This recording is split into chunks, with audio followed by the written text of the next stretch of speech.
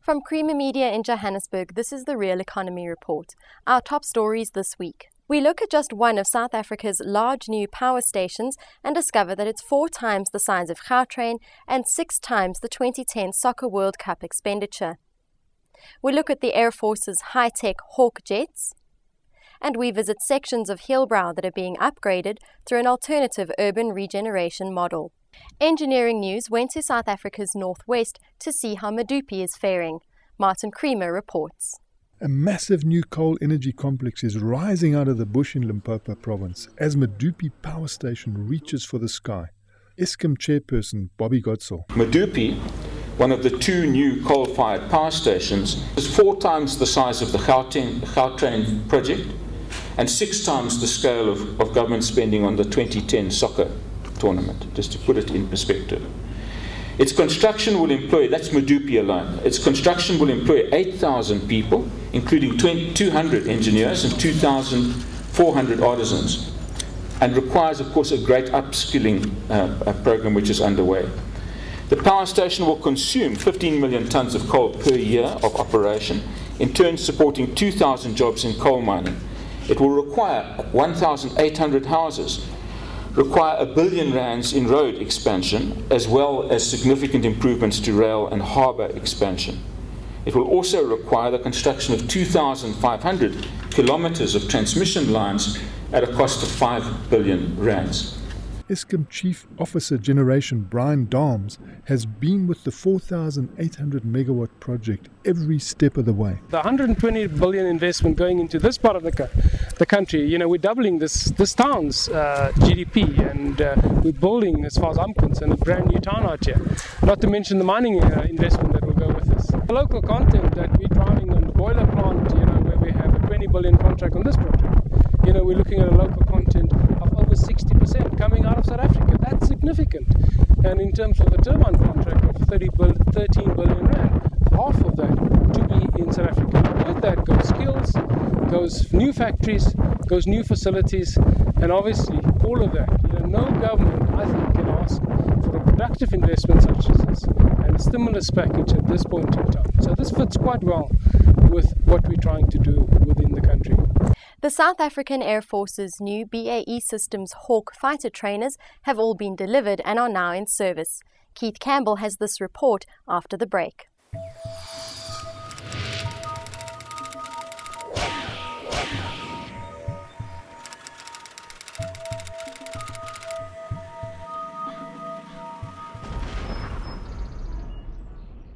The Hawks are operated by 85 Combat Flying School. They are in fact part of a whole new integrated training system, including sophisticated simulator systems and classrooms. The Hawks have replaced the old Atlas Impala trainers that served the Air Force for some 40 years. The officer commanding 85 Combat Flying School, Lieutenant Colonel Lance Wellington, explains the advances brought by the Hawk. The Hawk is a vast improvement on the Impala, a generational gap of, as we mentioned earlier, 40 years. The integrated avionics, the kit that's available to the pilot, the power of the aircraft is a vast improvement and gives us much more functionality than we ever could have hoped. The Hawk, or our South African Hawk, is probably the most advanced fighter trainer aircraft in the world presently because of all the equipment, all the avionics and integrated avionics that we've put on the aircraft. It's really the best that is out there, state of the art. But I think the integrated avionics that we have on the aircraft, specifically being able to share aeroplane geoposition with each other in a data-link format in order to improve situational awareness of the pilot in the cockpit. In addition to being a training unit, 85 Combat Flying School also serves as an operational fighter bomber unit and is divided into a training flight and an operational flight. The operational flight flew air security missions over football stadiums during the recent Confederations Cup. One of the members of the operational flight, Captain Thabo Mashalani, explains what he likes about the Hawk. Basically, it's avionics. Flying the aircraft comes generally very easy, I think, as a pilot. But the aircraft itself, it's equipped with a lot of avionics that help you out, as a pilot, to increase your situational awareness, as the colonel has said. You find you're always in in the game, you know what's going on around you, and as a wingman as well, you know exactly what to do. The system helps you to actually help your leader. Urban regeneration takes on a new consciousness in the infamous Hillbrow. Beth Shirley reports. Hillbrow has developed notorious characteristics of crime and grime. But Josie Adler has helped establish the Akaya neighborhood in the area. She explains what this is.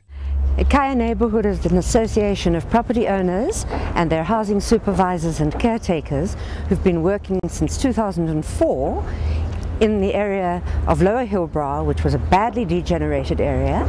They've been working together to try and establish an environment in which their businesses can operate successfully. They fund themselves. They've had from levies that the participant property owners pay. They've been able to fund the program and all their projects. This year, for the first time, they've had funding from the city, which will be used to help them register as a city improvement district, a residential improvement district, so that it becomes law that all buildings, all properties in the area must pay levies towards the funding of the initiative. Adler discusses an alternative to the traditional urban regeneration model. This is developed around community organization principles in the Akaya neighborhood. The property owners in the Akaya neighborhood have been leaders in that together they have learned that to regenerate the city takes more than money for physical upgrade of infrastructure and more than merely the imposition of security and cleaning arrangements. That a slow process of identifying issues of concern, mutual, shared issues of concern, acting on those one by one, building up trust, achievement, scoring achievement on their goals, that a social dynamic starts to comes into play, which develops community among the property owners, among their housing managers and caretakers, and among the residents, that an identity comes into being about the Akaya neighborhood, where we live, where we get things done, where we make a safe, friendly and healthy neighborhood. And now for a sneak preview of this week's Engineering News magazine. In this week's cover story, we report that less than a year remains to complete the Gautrain's link from OR Tambo Airport to Sandton. The first dish for South Africa's prototype Cat-7 radio telescope array has been mounted on its pedestal in the Northern Cape. And we report that the Port of Cape Town's R4.2 billion capacity expansion project is well underway. And in Mining Weekly this week, read our cover story where we report that a massive acid mine drainage project is stimulating local industrial beneficiation.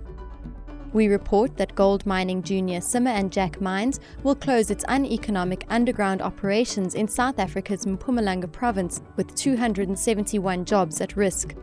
And we report that the world's biggest diamond miner, De Beers, has shed 4,700 jobs, most of them permanently. That's Creamer Media's Real Economy Report. Join us again next week for more news and insight into South Africa's real economy.